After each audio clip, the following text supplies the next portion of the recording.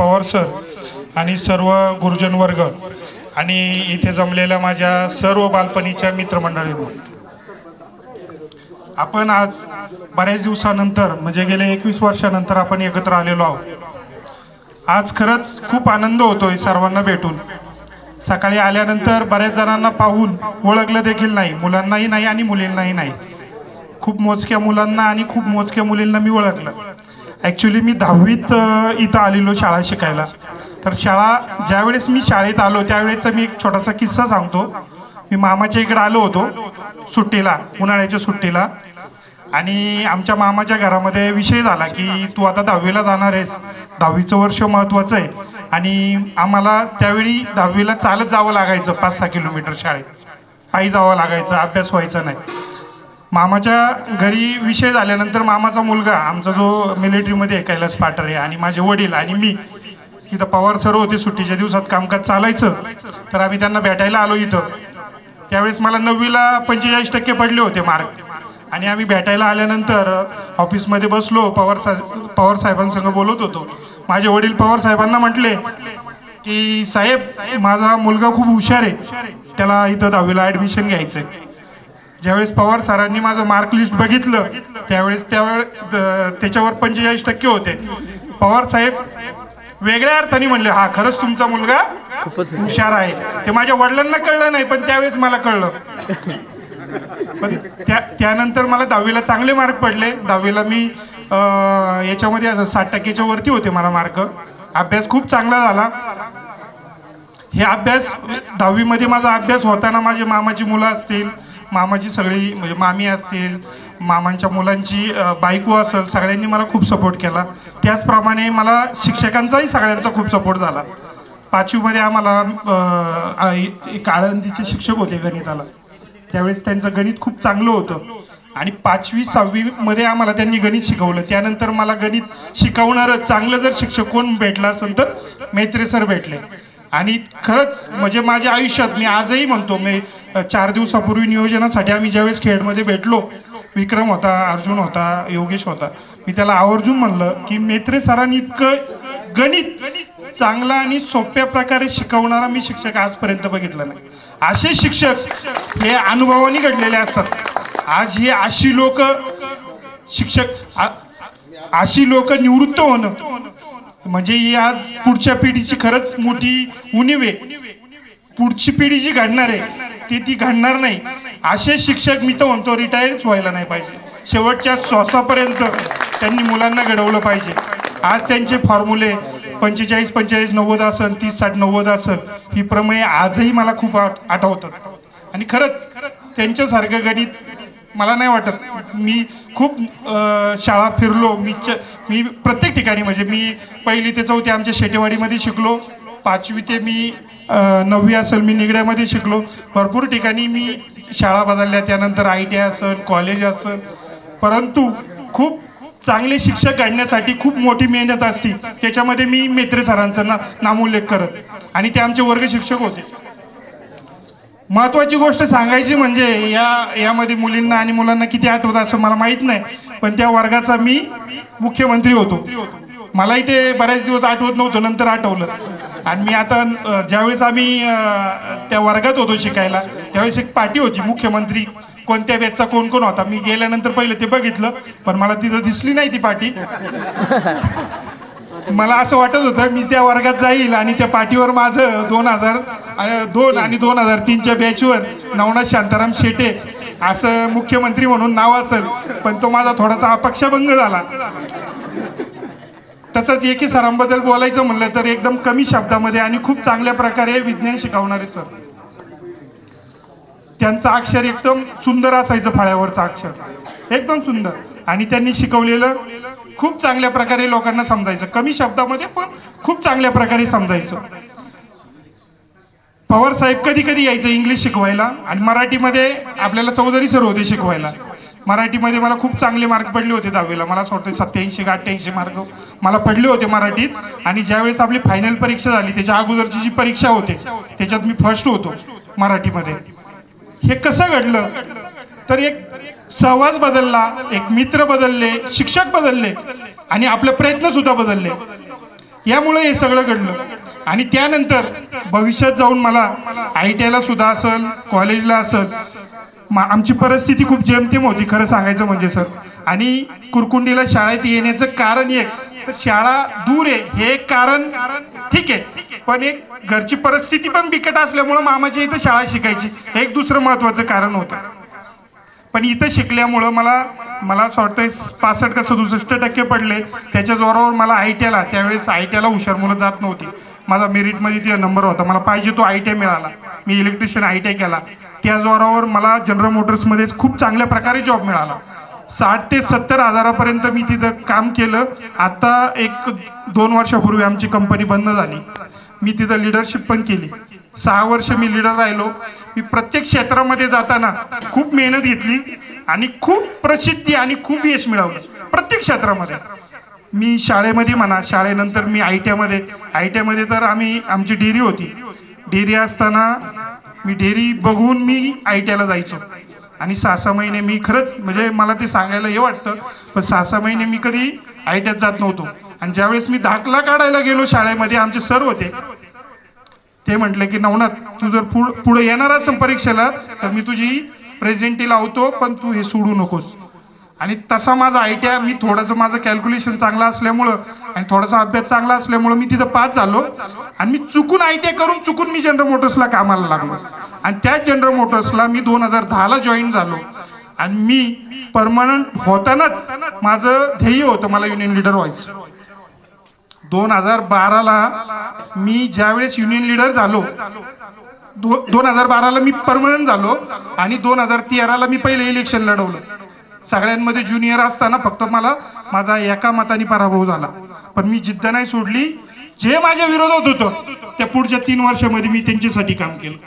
आणि मी पुढच्या त्रिवार्षिकमध्ये 120 मतांमध्ये माझ्या विरोधात 5 लोक उभी होती. मला 80 मतं मिळाली आणि बाकीच्या 5 जणांना 40 मतं मिळाली. हे सांगायचं तात्पर्य एवढंच आहे, प्रत्येक मुलाने, प्रत्येक मुलीने आयुष्यात काम करत असताना इतकी मेहनत घ्या, त्या कामाला सुद्धा आपल्या पुढे झुकावं लागलं पाहिजे. त्यानंतर हे करत असताना मी दूध व्यवसाय पण खूप चांगल्या प्रकारे केला. 10 मशीनच्या धारा काढून मी कंपनीत कामाला जायचो.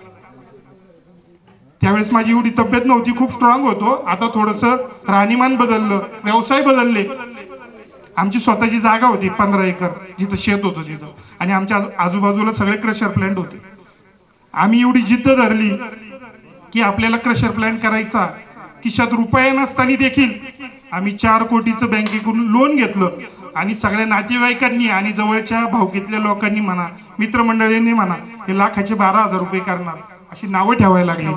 परंतु आमच्या वडिलांच्या पण डोक्यावर म्हणजे परिणाम व्हायला लागला. हे सोडून दे बाबा, हे आपल्याला जमणार नाही. हे जे 10-20 लाख रुपये आतापर्यंत खर्च केले फाउंडेशनला, हे आपण कष्टातून फेडू, शेती करून फेडू, पण हे आपल्याला करायचं नाही. 4 कोटी 5 कोटी हे आपल्याला काही करायचं नाही. पण आज मित्रांनो, मी आणि अभिमानाने सांगतो की खरंच मी असेल, माझे 3 भाऊ असतील, आम्ही एकजुटीने, आमच्या घरात 20 ते 25 माणसं आहेत. आमच्या 4 भावांचं लग्न झालेलं आहे. खूप मोठी फॅमिली आहे, खूप आनंदी फॅमिली आहे. खूप छोटं घर आहे, साधं घर आहे. धरणाच्या कुशीत आमचं घर आहे. रामदास आलेला आहे, याच्यापैकी 1-2 लोक आली असतील माझ्या घरी. पण खूप चांगलं घर आहे आमचं, गोकुळासारखं घर आहे. आणि हे करत असताना आम्ही क्रशर व्यवसायामध्ये उडी घेतली. आज आमची खूप चांगली प्रगती आहे.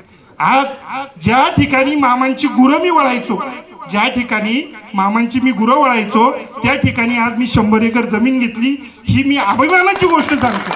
आणि हे करत असताना हे असंच झालेलं नाही. याच्या मागे खूप मोठी कष्ट आहेत. आज रामदास असन, योगेश असन, अर्जुन असन, हा अर्जुन असन, आमची नेहमी भेट होती. मी रोजच कुरकुंडी मार्गे खेळला असतो. म्हणजे माझी आठवड्यातली 4 दिवस कामं माझी खेळलाच असतात. तहसीलमध्ये म्हणा, कोर्टात म्हणा, किंवा रजिस्टर ऑफिसला म्हणा. हे सांगायचं तात्पर्य एवढंच आहे मित्रांनो, प्रत्येकाने यशस्वी व्हा. प्रत्येकाने, आता दीपालीने मागाशी सांगितलं आमच्या घरी आवडत नाही, पण आज प्रत्येकाने शिक्षण जे घेतलंय त्याचा पुढं वापर पण केला पाहिजे. ठीक आहे, मुलांवर संस्कार प्रत्येक जण हा करतच असतो, पण प्रत्येकाने भविष्यामध्ये स्वतःची ग्रोथ केली पाहिजे. स्वतःला काय करता येईल नवीन. मी रामदासच्या घरी नेहमी जात असतो, त्याच्या गोठ्यावर जात असतो. पण मी त्याचा माझा विचार भरपूर मी त्याला सांगत असतो, असं केलं पाहिजे, हे केलं तर ते होईल, ते केलं तर ते होईल. त्याच्या पण 10 एक म्हशी आहेत, चांगला व्यवसाय करतो तो. पण बरीचशी पोरं चांगला व्यवसाय करतात. अमोल एजंट आहे याच्यामध्ये, RTO एजंट आहे. हा अर्जुन आपल्या सोसायटीमध्ये कामाला आहे. हा अर्जुन पोलीसमध्ये आहे. हा याच्याबद्दल सांगायचं राहिलं मला, देशमुख बद्दल, हा नेहमी मला भेटतो बरं का. आणि मी याची ओळख करून देतो प्रत्येकाला. माझ्याबरोबर मित्रमंडळी असतात आणि मी त्यांना ओळख करून देतो, हा माझा मित्र, क्लासमेट, हा पोलीस आहे आणि आमच्या वर्गात पहिला आला, असं मी सांगतो मुद्दाम. पण तो नेहमी क्लिअर करतो की मी पहिला नाही आलो, मी दुसरा आलो. म्हणजे तो पोलीस असून पण एवढा इमानदार माणूस आहे, हे मला तुम्हाला सांगायचं. हे सर्व घडत असताना तुम्हाला नर्मदेचे गोटे आणि कच्चं मडकं आणि पक्क मडकं हे मथळे माहिती असतील, पण ते नर्मदेचे गोटे घडवण्याचे काम हे शिक्षकांनी आपलं केलेलं आहे. आणि आपल्या आई वडिलांनी आपल्या कच्च्या मातीचं मडकं बनवलंय, पण ते मडकं पक्क करण्याचं काम या गुरुजनांनी केलेलं आहे. आज आपण प्रत्येकाने गुरुजनांचा नामोल्लेख केला, पण त्यांच्या सोबतच जे मामा लोक आहेत त्यांचाही हातभार खूप महत्वाचा आहे. ह्या शाळेच्या जडणघडणीमध्ये ह्या मामा लोकांचं खूप, म्हणजे झाडं असतील, पटांगण असेल, कोणता कार्यक्रम असेल, याच्यामध्ये महत्वाचं योगदान ही त्यांचं असतं. पण ही पडद्यामागची माणसं आहेत. आज आपण प्रत्येकाने प्रत्येक सरांची ओळख सांगितली, पण त्यांची ओळख आपल्याकडे खूप कमी आहे. पण त्यांचं काम माझ्या मते खूप मोठं आहे या शाळेसाठी, त्यांचं योगदान. आज ही मोठी मोठे झाडं दिसत आहेत ही त्यांच्या योगदानामुळे. आणि आज आपण या ठिकाणी आलो, सगळेजण भेटलो, खूप आनंद वाटला. खरंच हे असे कार्यक्रम वारंवार होत गेले पाहिजे. प्रत्येकाने प्रत्येकाच्या सुखदुःखात मध्ये सामील झालं पाहिजे. यापुढे मला असं वाटतं आमच्यापेक्षा या मुलींचं लग्न एक 4-4, 5-5 वर्षांनी, कुणाचं 10 वर्षांनी जास्त झालेलं असेल, काहींच्या मुलं मुली लग्नाला आले असेल. असं भविष्यात आता इथून पुढे कार्यक्रम चालू होतील, लग्नाचे म्हणा, वाढदिवसाचे म्हणा. खरं सगळ्यांनी एकत्र आलं पाहिजे, प्रत्येकाने प्रत्येकाची सुखदुःख वाटून घेतली पाहिजे. सगळ्यांच्याच घरात आनंद आहे, सगळ्यांच्याच घरात दुःख आहे असं काही नाही. पण दुःख जरी असलं तरी सगळ्यांनी एकत्र आलं तर त्या दुःखाचं रूपांतर आपल्या सुखात कसं होईल हे सर्वांनी खरं लक्षात घेणं गरजेचं आहे. हे सर्व सांगत असताना आम्ही कुस्तीच्या स्पर्धेसाठी आळंदीला गेलो होतो, रामदास आणि मी, आणि होणराव सरांनी आम्हाला नेलो होतं. तिथं आमचा नंबर पण आला होता. एकदा आमच्या माग पटांगणामध्ये होणराव सरांनी सांगितलं होतं की चक्री दंड कुणाला येतो का, चक्री दंड. त्यावेळेस मी हात वर केला होता आणि सगळ्यांच्या कपाळावर आट्या होत्या, आणि त्यावेळेस मी 10-20 चक्री दंड मारून दाखवले होते सरांना. पहिल्यापासून व्यायामाची आवड आणि प्रत्येक कामामध्ये जीव तोडून काम करण्याची जिद्द. आता राहणीमान सगळं चेंज झालंय. आता आपण 50 लाखाच्या गाडीमधून फिरतो, AC मधून फिरतो.